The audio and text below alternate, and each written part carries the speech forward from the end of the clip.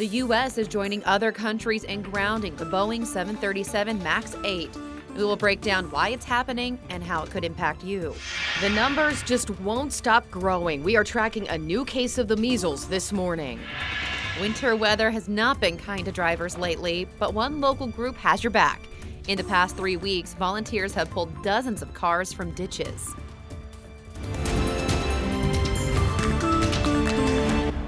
"5 a.m. on our Thursday morning. Welcome to KREM 2 Morning News. I'm Jen York. And I'm Brittany Bailey. The biggest news here, it is not snowing this morning. It's been a while since we've been able to say that. Yeah, clear road, easy commute to work. I mean, that's all I need to make my day. Oh, absolutely. It's calm this morning. And you know what? We have warmer weather on the way. Yes. We saw so much sunshine yesterday. It's beautiful. I could feel it on my face through the car window, and I thought, when's the last time this has happened? Sunglasses on, all of that. Getting us warmed up for spring, That's right. quite literally. Evan Arani is in the Weather Center this morning, tracking everything we need to know. You guys are absolutely right. A much drier, calmer, and warmer weather trend is on the way as high pressure builds around us. What high pressure is bringing with it is those clear and dry conditions. That's typically what it brings, and in this case, that is exactly what it's going to be bringing, especially to us, where we haven't seen above average temperatures since February 2nd. That is making today day 40 of below average temperatures. Satellite radar is showing that within the last hour, nothing has really happened. A little bit of cloud cover, but aside from that, no snow or rain to note. Going outside, you can see there is still about another hour and a half before we see that sun come up, but temperatures outside still pretty chilly. 22 degrees outside right now. We're not in the teens or in the single digits, which means that we are making that steady climb to warmer overnight temperatures and warmer afternoon temperatures. Those wind speeds from yesterday have calmed down pretty significantly. We're seeing winds out of the southeast at 8 miles an hour. Now, going on with the rest of the day, we'll see those temperatures get up to about 40 degrees. Now, if we see us hit that 40-degree marker, that again will be the first time since February 2nd that we've seen 40 degrees. But by that time, we will not have been above average at 40 degrees, since right now our average afternoon high would be 48 degrees. So we still have a ways to get to that average point. But otherwise, cloud cover is going to be the theme for a good amount of the day, especially towards the afternoon and evening hours. We should see the sun peek out for a portion of it, but no winter weather or wet weather expected around the northwest over the next week or so. Coming up, we're talking about just how warm those temperatures will get by the beginning of next week and what that means for all the snow that's still on the ground. 5:02 right now. I'll send things over to Amber Ruspashon, checking up on what the roads look like to start off our Thursday. Good morning. Well, we are taking a look outside at a few of our DOT cams, and we can see clear conditions across the board right now at 5:02, which is pretty standard for this time of morning. If you are going to hit the road, though, you may run into some patchy fogs or fog in places right now, and that could create some low visibility issues right now. So I would go a little bit slower if you do run into that, but other than that, we are tracking normal speeds across the board. That's all I have for now, so I will go ahead and send it back to the studio. Amber, thank you. Just ahead of 5:03 now.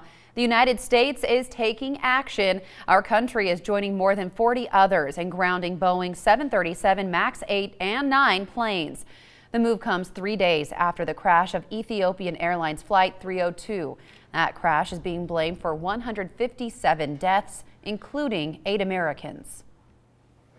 We're going to be issuing an emergency order of prohibition to ground all flights of the 737 MAX 8 and the 737 MAX 9.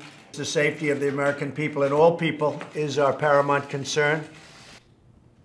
The cause of the crash is still under investigation. The plane's black boxes were sent to France for analysis. That is after German investigators said they did not have the proper software. Lawmakers on Capitol Hill say they want to hear from Boeing on whether the company knew about issues with its planes. Company leaders say they have full confidence in the safety of the 737 MAX, but they are supporting the grounding out of an abundance of caution. And as you just heard President Trump say, the U.S. is grounding those flights because of safety concerns. Brittany is here in the studio to break down 3 things you should know about those groundings. Well, Jen, let's break down those three things for you this morning. First, why did the FAA ground those planes? Second, how many flights are grounded? And finally, how might it affect you? Well, let's start off with the why. The FAA explained in its emergency order that the agency has new information about the wreckage. Leaders say they have new satellite information that showed that the flight track was very similar to that of the Lion Air flight that crashed back in October. That flight, as you may recall, also involved a Boeing 737 MAX 8. Investigators say physical evidence found in Ethiopia showed even more similarities. Okay, next, how many flights are grounded? Well, American Airlines and Southwest Airlines are the main carriers using the 737 MAX in the U.S. United Airlines also has some, but mainly flies the MAX 9 aircraft. According to all three airlines, there are 72 MAX 8 and 9 planes used by those carriers in the U.S. Southwest has 34 MAX 8s, which account for less than 5% of its daily flights. American has 24 aircraft affected by the emergency order. That number accounts for about 85 flights per day. United has 14, which accounts for roughly 40 flights a day. So we are seeing some effects here, but nothing that should make a huge impact. So now let's get to the how it affects you part. Now, because of the groundings, you may be seeing delays if you are traveling in the next few days. That is because the airlines are swapping out planes. Now, the good news for travelers is that airlines are offering flexible rebooking policies. American Airlines released a statement saying in part, "We apologize for the inconvenience this may cause some of our customers. Our team will work with all customers impacted by these flight cancellations in order to rebook them to their final destination. If a flight is canceled, customers may request a full refund." Southwest also released a statement saying to support customers, Southwest is offering flexible rebooking policies. Any customer booked on a canceled MAX 8 flight can rebook on alternate flights without any additional fees or fare differences within 14 days of their original date of travel between the original city pairs. Well, if you are on a United flight, the company tweeted, "Customers do not need to cancel and rebook as we will swap aircraft or automatically rebook you. If you require further assistance, please direct message us." Now, for more information on rebooking and how to find out if your plane is affected, you can head to our website, KREM.com. Back to you, Jen. All right, Brittany, thank you. Coming up on 507 now. Well, we have been talking about the Boeing MAX 8 and 9 being grounded around the world. But this is not the first time Boeing has dealt with widespread groundings. Boeing's newest version of its best-selling airliner was supposed to boost its fortunes for years to come, but instead it turned into the company's biggest headache. Scott Hamilton is an aviation industry consultant from the West Side. He says he is not pleased with how the government handled the crashes. He says the U.S. government acted too slowly. The U.S. historically has been looked to as a leader in aviation safety. In this case, they have been the absolutely last agency to take action on this airplane. In January of 2013, Boeing had a similar problem with the Dreamliner. At that time, there were 50 Dreamliners in service when a lithium-ion battery caught fire. In that case, Boeing found a fix, but the Dreamliner was grounded for about 3 months. Well, there is a new case of the measles in Clark County. That brings the total in that county to 71. And so far, there have been 72 cases of measles statewide. That is according to our Seattle sister station. This morning, health authorities are warning people traveling through LAX. They say the airport may be an exposure site for measles. Anyone who was at Terminal B and the Delta Terminal 3 on February 21st could have been exposed.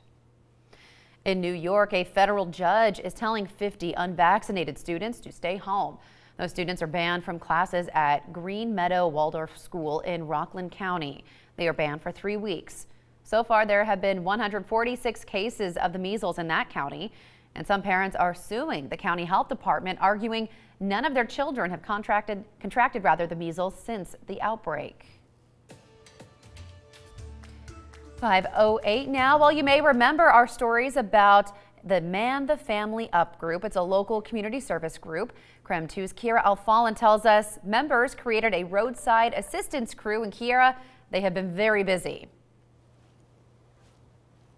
Yes, good morning, Jen. That is right. So we are less than a week away from spring, which, if you ask me, could not come any sooner. But it has been made, this winter weather at least has been made a little bit more bearable thanks to a group of volunteers out in the community. Now, you may remember MTFU, or Man the Family Up, from stories that we've done in the past. So they're basically a Facebook group made of men out in the community, and they go out and they help people in need. They volunteer their time. They do anything from helping struggling businesses by going in and showing support to chopping and delivering firewood to those in need. Well, now their roadside assistance crew is there to help many of you that have been struggling or even stuck in the winter weather. Now, a member of MTFU saw a need and decided to form a committee of volunteers within the group. Once they become aware of someone in need, often through Facebook posts, they see who is in the area and able to help. The winter weather has made their help very valuable. Very busy, very busy. Pulling people stuck out of ditches or just stuck on ice has been our busiest thing. It's really a great team effort that the guys, it's a good camaraderie. They've just got your back.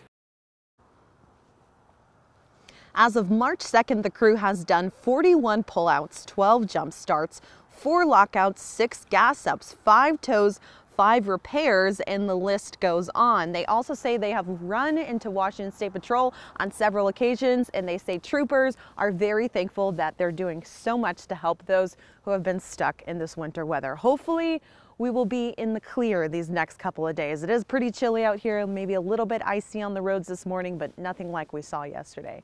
I'm live here in Spokane, Kiera O'Fallon, KREM 2 News. Yes, don't you jinx us, Kiera. We should be fine. Thank you so much. It is 5:11 now on this Thursday. Well, many of us are hoping that yesterday's snowfall was the last of the season, so KREM 2 is kicking off a new challenge. It all has to do with all of that snow finally melting. In honor of Throwback Thursday, we are opening the KREM 2 News Vault. Oh, this is going to be fun. We are learning what happened to some of your favorite anchors once they left the news desk. Were those hot pink jackets? Oh yeah, lots of blazers. And a slow warm up on the way. Temperatures are gradually rising as we head into next week. Find out where we're going to see them to start off the season of spring.